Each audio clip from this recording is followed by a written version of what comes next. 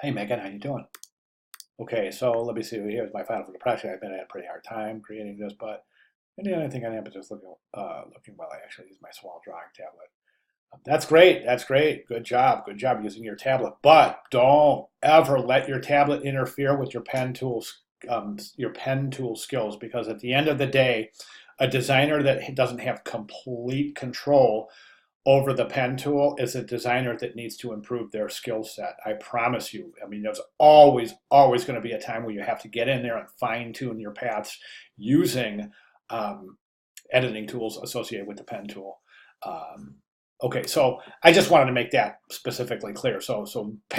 Tablets fantastic, but at the end of the day, all designers have to be 110% proficient with the pen tool. Okay, let's go ahead and take a look at the narrative itself. I think that we're a little underdeveloped here, and I think that a lot of it has to point to the fact that the illustrations themselves are pretty basic. It seems like we can really fine tune these, adding eyes and maybe some shadow and highlight areas.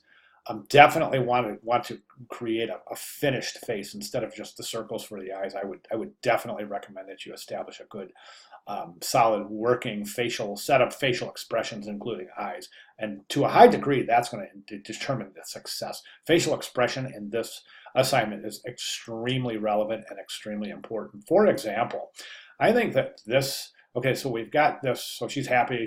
All of a sudden, something's amiss. We can tell by her face. So this is a perfect testimonial to the power of facial expression, even in this kind of casual illustrative technique. Okay, so I'm wondering, I was a little confused at this at first, and I was wondering, okay, so she's looking into a mirror, right? But can we maybe depict that by maybe putting, so the back of her head is over here, or somehow indicate that she's looking at a reflection of herself? Um, I don't think it's terribly important. I think that you've done a good job establishing, but let's at least do this. Let's make sure the viewer knows that's a shower curtain. I mean, can you hang some kind of shower rings or something there so just the viewer absolutely knows that's a shower curtain? That way you don't have to include the mirror. We'll get it. All right. These little kind of fracture marks, the little sparks coming out of the hair dryer, I would recommend that you make those a little bit more prominent. Okay. Also, the features of the hair dryer itself, I think that I would also recommend making those a little more prominent too. This frame right here, this is a great expression right here. It's a great, it's like, what do I do now? Instead of her just kind of looking miffed like that, maybe throw her arms up like this, so like she's like, oh no, now what? Then it'll just reinforce the impact of this, where she's got the light bulb and an idea and a smile. Okay.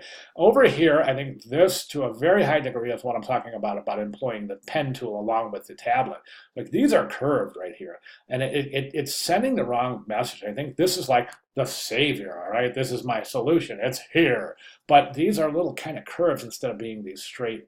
So think about that. Okay. Okay, she got the idea. The hair dryer. Okay, so she goes to get the hair dryer. She plugs it in. She picks up the hair dryer, plugs it in, and then starts blow drying her hair. Um, Again, really, this needs more details. Shadow highlights, try to add some wrinkles to the clothes, folds in the clothes where to indicate movement, and then highlight shadow areas in all of these to indicate depth, dimension, and volume. That's really, really important. I think that's going to definitely be a factor here in the success. The curve of the chord itself, try to keep it more organic. Right now, it goes from this beautifully organic curve over here again, and then here it tightens up, and then all of a sudden here it's like straight and then straight. So that's just kind of an abrupt, I would just continue this curve so that we have this kind of curvature through here. Okay, my final comment is this final, again, we have these kind of curved, kind of weird things that maybe a starburst behind her or something. I don't know. That just doesn't seem like it's really very effective. So what I would recommend here is that this final frame, I mean, we want the viewer to think that, okay, so she blew dry her hair, she set her hair, she put her makeup on, and she's ready to go. But her hair looks like we're really messed up in a frizzy mess here, more so than when she started, right? So let's get her looking all like she's ready to step out, right? Hair's all done, makeup's all done, lipstick, you know what I'm saying? And that again just kind of points to the further development of the facial area, the facial expression, and the features of the face itself. This hair here is really underdeveloped here. I think you can go really do some cool things here. Having that hair getting blown back there. So, all right. So anyways, those are my, oh, be sure to add a face here too. You definitely want to really embellish that face and get that detailed out and included in all of the frames. Okay. One final recommendation is your color. I think the color palette right now, I don't think it's working. And again, you know me by now. I'm not trying to be discouraging at all. I'm trying to be as honest as I can. I think the color palette. I want to show you a cool trick. I don't know if you remember this. Let me just jump back here real quick.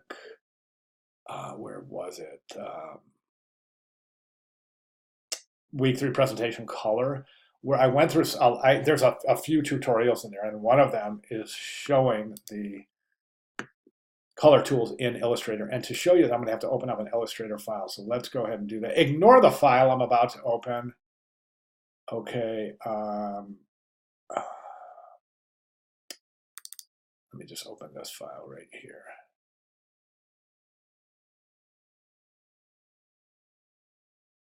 Okay, and of course my computer is starting to freak out, right? I don't know what I just did, but about to crash. Okay, let's just ignore that. Here we go.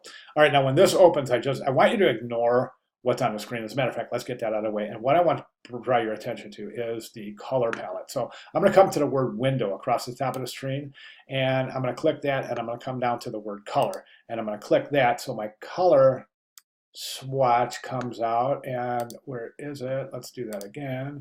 Here it is. Here's my color right here. And I'm going to pull my layers away from that. But what I want to get to is, actually, that's not it. I'm sorry. I'm sorry to be confusing. It's not the color. It's swatches I'm after. So we go to Window, and we find the word swatches.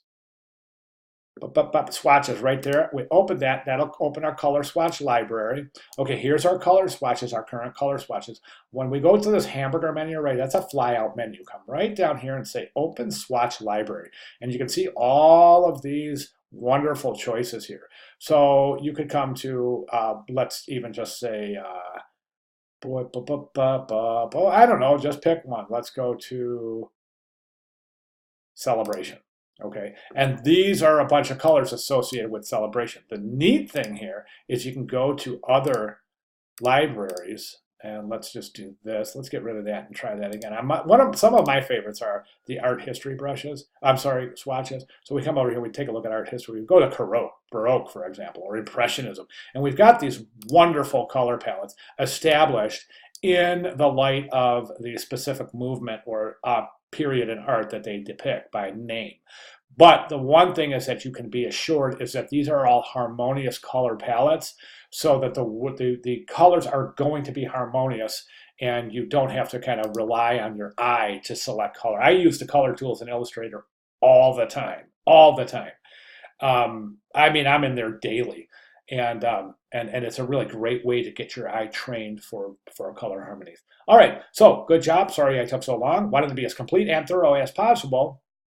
If you have any questions at all, please let me know, and I'll be glad to make any needed clarifications. Thank you very much.